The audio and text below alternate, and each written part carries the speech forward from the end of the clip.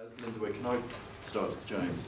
I'm just intrigued, could you tell us a little bit more about the process over the next fortnight or so at the UN, and also give us a sense of maybe what you're hoping to get out of the session? I know you touched on it, but I'd be interested to dig into that a bit more. The forthcoming conference is looking at, the theme is really based on 5 key sub-themes, which is agriculture, Africa, land, rural development, and desertification. And this really provides an opportunity for dialogue across all the UN member states and the major groups. There are 9 major groups that the UN recognizes, who are all invited to make interventions as different governments put across their plans for a conducive policy environment for moving forward in sustainable agriculture. So what we have done is, as a consortium of farmers, the private sector, and the scientific community, is to move forward the proposal that really sustainable agriculture, sustainable development can be anchored on sustainable agriculture, particularly for Africa, provided there are certain fundamentals that we address. And the 6 fundamentals that we've put across in Farming First are what we would like to see incorporated in the main recommendations and resolutions of the forthcoming conference.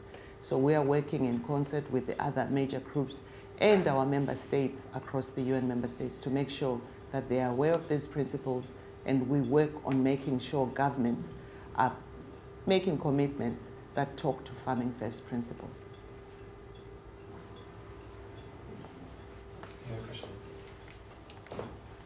I have a question.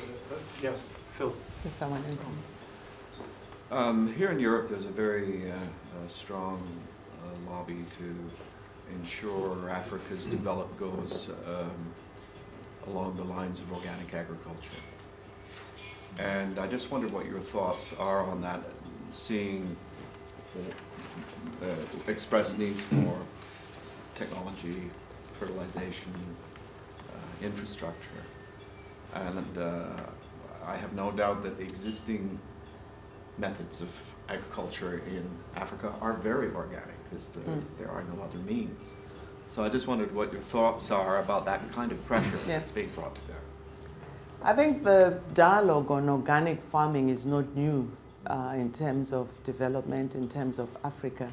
But what we are looking at is improved productivity and technologies that can improve productivity. We are not saying that farmers will stop engaging in organic farming, but we are saying we need to have a choice.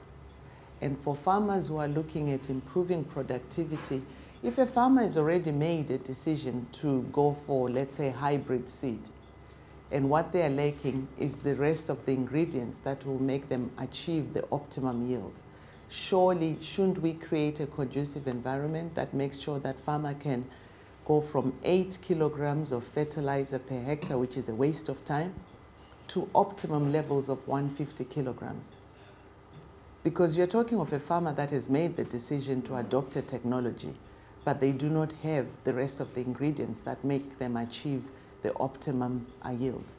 You have other farmers who've made a decision to stay organic, and they too need technologies that will help them.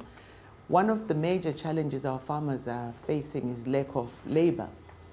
And we know that organic farming is labor intensive. And what we are looking for is how best do you meet these farmer needs by understanding the farming environment that they have opted for and providing the support they require to improve their productivity.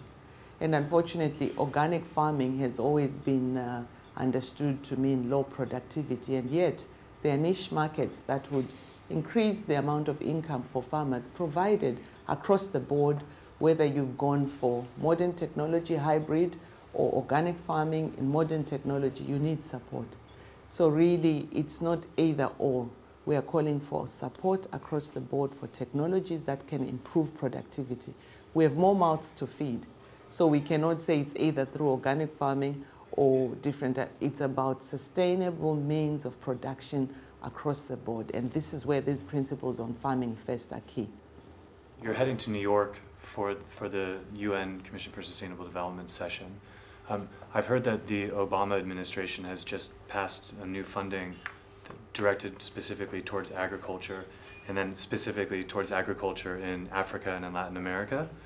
Can you talk a little bit more about what that implies and how you think the funding that the U.S. government is giving should be directed in those regions? What's exciting is with the new announcement, I think President Obama is pushing something like 448 million available immediately for Africa and Latin America, and with a promise of up to $1 billion by 2010 to be pushed into the development of agriculture. And what's exciting is he's calling for a plan for agricultural recovery. Now, the question is, where do all these plans get to talk to each other? The starting point is Africa has its plan, and as you can see, the Farming First plan is bringing principles that distill or feed into the African plan. And what is now required is really for coordinated action. Infrastructure has been highlighted as key, and as you can see under Farming First, we also have infrastructure highlighted as one of the interventions that are key for sustainable development and sustainable agricultural development. We are excited by all this money that is coming into investment in agriculture, because for the past 10, 20 years, we've been silent on agriculture. We've been talking of all other commodities except for Africa feeding itself. Clearly, the world has awoken to the fact that this is a global crisis. You cannot have one region that is always food dependent on the rest of the regions.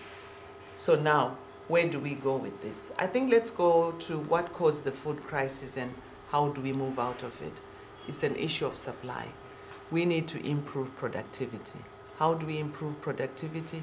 By having inputs available at the right time, in right quantities, and using appropriate technologies. And I think that will be the starting point for most countries. And the UN High-Level Task Force has already set up a facility that will expedite disbursement of monies for purchase of inputs. Because we cannot be talking about shortages when we're not doing anything about provisions of inputs for improved productivity. Technologies are key, and financial resources for accessing the inputs. So this is the starting point. Then infrastructure is really about long-term recovery, and it has to start now.